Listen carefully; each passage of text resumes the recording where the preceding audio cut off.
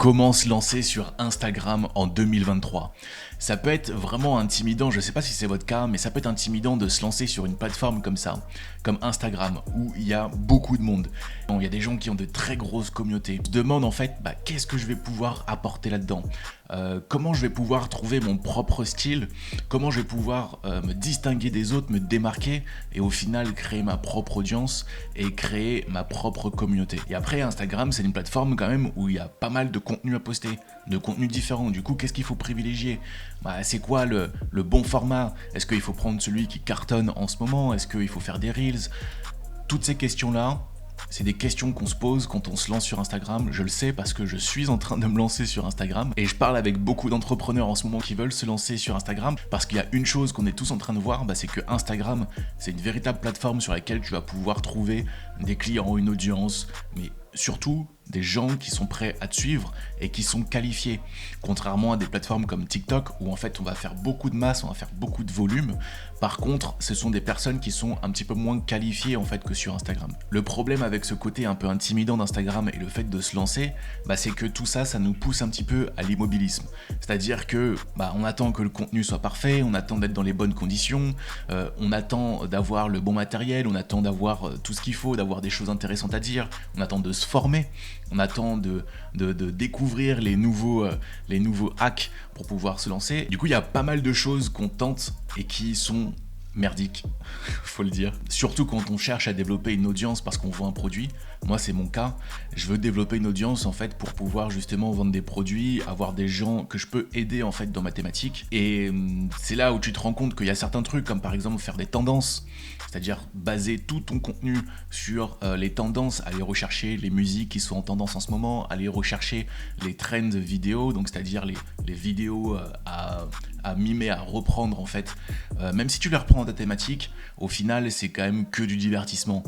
Et le fait d'avoir que du divertissement, ça pousse pas forcément les gens à te suivre pour ce que tu as à offrir parce qu'en fait tu fais que copier le contenu de quelqu'un d'autre. Et même si c'est le principe des trends, au final c'est pas ce qui te fait construire une audience. Il y a un autre truc aussi qui se passe à ce moment-là, c'est que on a tendance à regarder les mauvaises métriques, on a tendance à regarder les mauvaises statistiques parce qu'en fait on va se dire ok, on va tout justifier par rapport au nombre d'abonnés.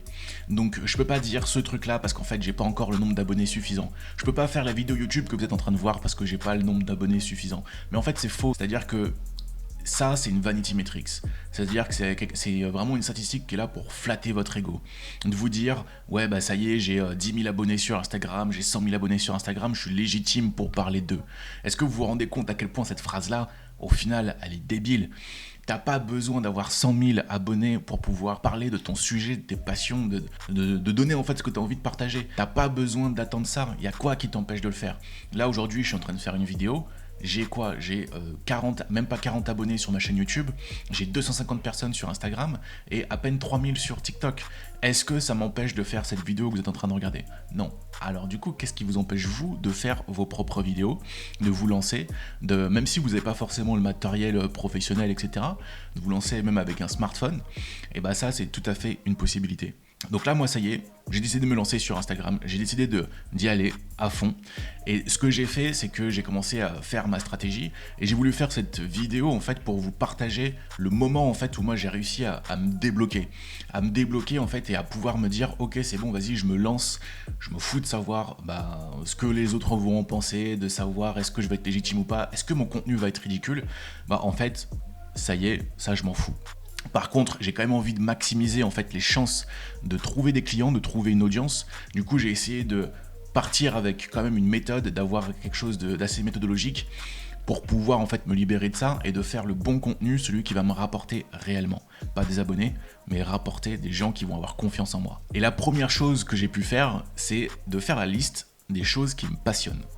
Donc en fait, en faisant la liste des choses qui me passionnent, je ne suis plus en train de marcher sur les plates-bandes d'autres personnes qui ont déjà dit des choses, je suis juste en train de faire un truc avec moi et moi-même, où je suis en train de me demander, ok, indépendamment de Instagram, qu'est-ce qui me passionne, quels sont les sujets en fait qui m'intéressent, de quoi j'ai envie de parler moi en fait.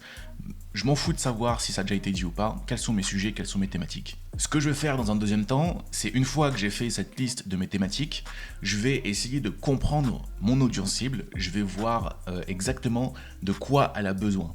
C'est-à-dire que en fait, quand vous avez une cible, par exemple, imaginons que vous voulez aider les créateurs de contenu, et ben vous allez leur donner des solutions en fait, pour qu'ils améliorent la qualité de leur contenu et qu'ils atteignent leurs résultats. Donc au final, ce qu'on va faire, c'est d'essayer de matcher les deux choses ensemble. C'est-à-dire d'un côté, ce dont moi j'ai envie de parler, mes thématiques, et de l'autre côté, ce que mon audience recherche en termes de contenu. C'est-à-dire quels sont les sujets, lui, qui l'intéressent. Et tu vois, en fait, ce qui s'est passé, c'est que dans la liste des thématiques que j'aimais bien et dont j'avais envie de parler et sur lesquelles j'ai envie d'apprendre aussi, j'ai envie d'apprendre beaucoup de choses, j'ai envie de le partager, et ben en fait, sur toutes ces choses-là, il y avait la psychologie, il y avait la vidéo, parce que en fait, moi, avant, j'avais une agence de réalisation vidéo, je réalisais des pubs en fait pour des entreprises. Et le troisième, c'est le marketing. J'adore ces trois choses-là. J'adore la vidéo, j'adore le marketing et j'adore la psychologie. Je vais ensuite m'intéresser à ce qui intéresse les personnes, mon audience cible, donc les créateurs de contenu. Et puis en fait, eux, ce qui les intéresse, c'est améliorer la qualité de leur contenu. Et ce que je vais faire, en fait, c'est matcher les deux. Donc au final, ce que je vais faire, c'est pouvoir parler de psychologie, mais parler de principes psychologie du contenu. C'est-à-dire, en fait, étudier exactement pourquoi tel contenu fonctionne. Analyser en fait pourquoi les gens partagent les choses. Parce que ça fait appel à la psychologie. Et je vais principalement m'axer sur les vidéos parce que ça, c'est mon domaine. J'adore la vidéo, j'adore en faire. J'adore faire de la vidéo pour moi-même, mais aussi pour les autres. J'ai fait pas mal de prestats en fait où je crée des vidéos littéralement pour d'autres personnes. Et en fait, en mélangeant tout ça et en l'apportant à une audience précise, des créateurs de contenu, et ben en fait, je vais avoir mon propre positionnement. Je vais avoir mon propre sujet. C'est-à-dire que le but, c'est pas de donner les hacks sur les plateformes.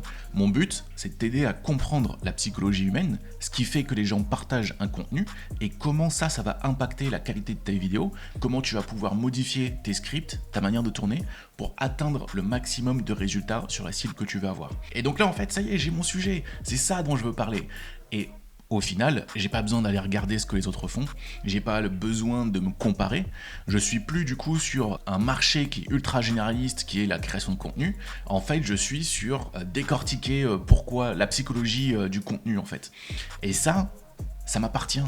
C'est quelque chose qui me passionne, je suis ravi de le faire, je suis ravi d'en parler. Et si on oublie le côté où j'ai un produit que je voudrais développer après, et ben en fait je suis capable de parler de ce sujet-là pendant des heures. Je suis capable d'aller faire des recherches dessus. Je suis capable en fait de faire tout ça. C'est un sujet qui me passionne. Et du coup, si elle est vue par 10, 20, 15 personnes, eh ben je m'en fiche en fait, parce que j'ai pris du plaisir à le faire. Et je pense que ça, c'est une notion qui est ultra importante quand on veut se lancer, que ce soit sur Instagram ou sur d'autres plateformes. C'est la notion de plaisir que tu prends à créer du contenu. C'est la notion de plaisir que tu vas prendre à faire des recherches, à en parler, à le partager. Et ça, je pense que c'est quelque chose qu'on oublie, et ça c'est quelque chose qui nous bloque parce que du coup on va se retrouver à aller parler de sujets qui nous intéressent pas forcément parce qu'on sait que ça fonctionne. Donc surtout n'oublie pas que tu es là pour prendre du plaisir, pour kiffer, pour partager, pour créer une audience et ramener des gens qui au final partagent la même chose que toi. Ça, je pense que c'est un point essentiel qu'il faut pas que tu oublies quand tu veux te lancer sur une plateforme, que ça soit n'importe quelle plateforme. La deuxième chose que j'ai pu faire aussi, c'est un benchmark. Parce que le but aussi, c'est de comprendre ce qui fonctionne, autant pour mon audience, mais aussi pour moi. J'ai besoin de savoir, de faire un petit benchmark dans ma thématique, de voir les différentes accroches, de voir comment ça fonctionne, pourquoi il y a quelque chose qui fonctionne plus qu'un autre.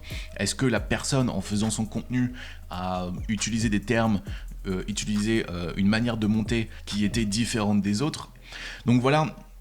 Je voulais faire cette petite vidéo, tu vois, où je voulais décomplexer en fait le fait de se lancer sur sur une plateforme, que ça soit Instagram ou autre. Celle-ci, elle est particulièrement sur Instagram parce que c'est la plateforme sur laquelle je vais me lancer maintenant.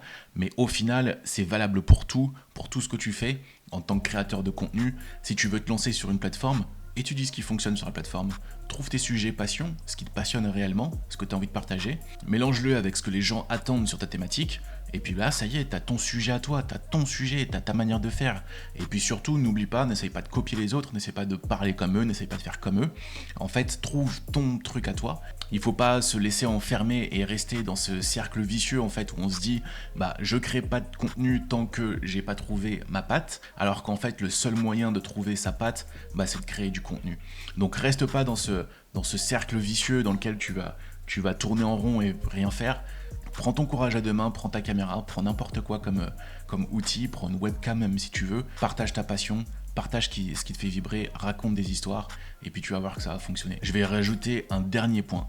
Pour pouvoir te lancer, je viens d'en parler à l'instant, t'as pas besoin d'avoir une grosse caméra, t'as pas besoin d'avoir un matériel professionnel, tu peux te lancer avec ce que tu veux. Si d'ailleurs ça t'intéresse de savoir en termes de setup, de matériel, ce que j'utilise moi et ce que je peux te conseiller, eh bien mets-moi un commentaire en dessous de la vidéo, et puis je préparerai une vidéo dans laquelle je vais faire un petit tour de mon setup, le micro, la lumière, comment placer tout ça, à quoi ça sert et comment avoir des alternatives qui coûtent pas cher, avec quoi on peut commencer ou faire différents types de tests. En tout cas, moi je suis parti pour ma stratégie sur Instagram en 2023. D'ailleurs, si tu veux la voir en détail, j'ai fait une vidéo qui détaille toute la stratégie, comment j'ai procédé étape par étape, par quoi je vais attaquer, et on se retrouve dans cette vidéo là. Et si jamais t'aimes bien le contenu, n'oublie pas de t'abonner et de liker, comme ça tu pourras suivre toutes les autres vidéos.